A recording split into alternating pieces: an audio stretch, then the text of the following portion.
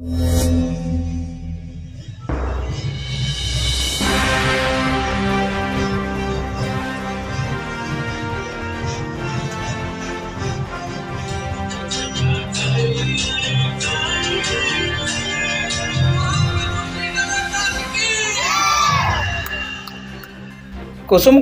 सरकारी उच्च विद्यालय 65तम प्रतिष्ठा दिवस अनुष्ठित। कलाहांडी जिला कोकसरा ब्लॉक अंतर्गत कुसुमखुंटी सरकारी उच्च विद्यालय 65तम प्रतिष्ठा दिवस अनुष्ठित हो जाइछि। उक्त विद्यालयर प्रधान शिक्षक दैतारी नायक उद्यम और अतिरिक्त गोष्ठी शिक्षा अधिकारी दयानिधि पाढ़ी सभापतित्व में अनुष्ठित होता प्रतिष्ठा दिवस मुख्य अतिथि भाव में कोकसरा गोष्ठी शिक्षा अधिकारी महेश कुमार भाटी, मुख्य वक्ता भाव में अवसरप्राप्त शिक्षक रजनीकांत पंडा, सम्मानित अतिथि भाव में मोटेर सीआरसीसी दिलीप कुमार साहू, समाजसेवी घेनु प्रसाद बेहरा, अवसरप्राप्त शिक्षक लक्ष्मण कुमार बेहरा प्रमुख योगदान करथिले। 1 सेप्टेम्बर 1960 मसीह प्रतिष्ठा आज हूँ तार 65तम प्रतिष्ठा दिवस। वास्तविक गोटे विद्यालय प्रतिष्ठा बहुत गर्वर विषय एवं विद्यालय प्रमुख घटना कारण यही 65 वर्ष भितर यही कुसुमखुंटी गाँव अनेक गुड़े छात्र छात्री सृष्टि होती। अनेक गुड़े छात्र छात्री निजर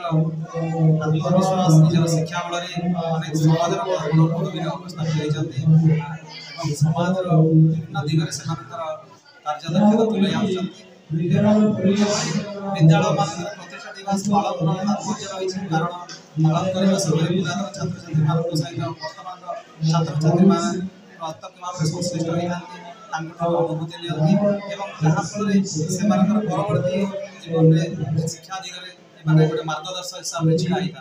तेणु प्रतिष्ठा दिवस कुसुमखुंटी उच्च प्राथमिक विद्यालय समस्त छात्र छात्री विद्यालय समस्त शिक्षक शिक्षयित्री अभिभावक परिचालना कमिटी सदस्य सभापति और सर्वोपरि ग्रामवासी आंतरिक सहित ज्ञापन आजिकार शुभ अवसर में वर्तमान छात्र छात्री भल भाव में पाठ पढ़े एवं रीतिम स्कूल को आसबे एवं पुरातन छात्र छात्री मैंने जो पुरातन अनुष्ठान को न भूलबे एवं विद्यालय को सबदिन से साहाय्य प्रदान करेंगे यह मोर आशा। प्रधान शिक्षक हिसाब से आप केते गर्व अनुभव कर खुशी अनुभव कर आज कार्यक्रम भाव में आज कार्यक्रम माध्यम गर्व अनुभव कर कारण मुझे जो मान को निमंत्रण करी समस्ते आज उपस्थित थे एवं सुंदर वातावरण था से निश्चित भाव में गर्व अनुभव करना। हम सब परिवार आए थे ये प्रोग्राम को अटेंड करने के लिए। यहाँ के बच्चे अच्छा से तरक्की करें, अच्छा से पढ़ाई करें। विद्यालय प्रतिष्ठा दिवस में समस्त पुरातन और नूतन छात्र छात्री मान समस्त अभिभावक एकत्रित भाव में विद्यालय उत्तरोत्तर उन्नति कार्य करने वर्तमान पढ़ुवा छात्र छात्री मैंने भल पाठ पढ़ी विद्यालय ना रखा सह निजर स्वतंत्र परिचय सृष्टि करने निज निज वक्तव्य प्रकाश करते। परे छात्र छात्री मान द्वारा सांस्कृतिक कार्यक्रम परिवेषण कर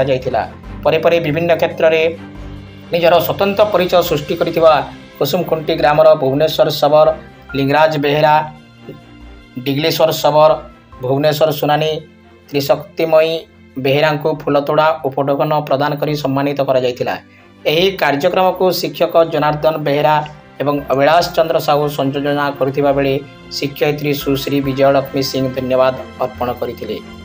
एवं विद्यालयर समस्त शिक्षक शिक्षयित्री कार्यक्रम परिचालन में सहयोग करथिले। अनुष्ठित होता यह प्रतिष्ठा दिवस में विशिष्ट व्यक्ति मध्य महेश्वर कांड, कुशधर बेहरा, सत्य सुनानी, टिकेश्वर राउती समेत शताधिक पुरातन छात्र छात्री और ग्रामवासी उपस्थित। कोकसरा रूपेंद्र सुनानी रिपोर्ट NR News 8।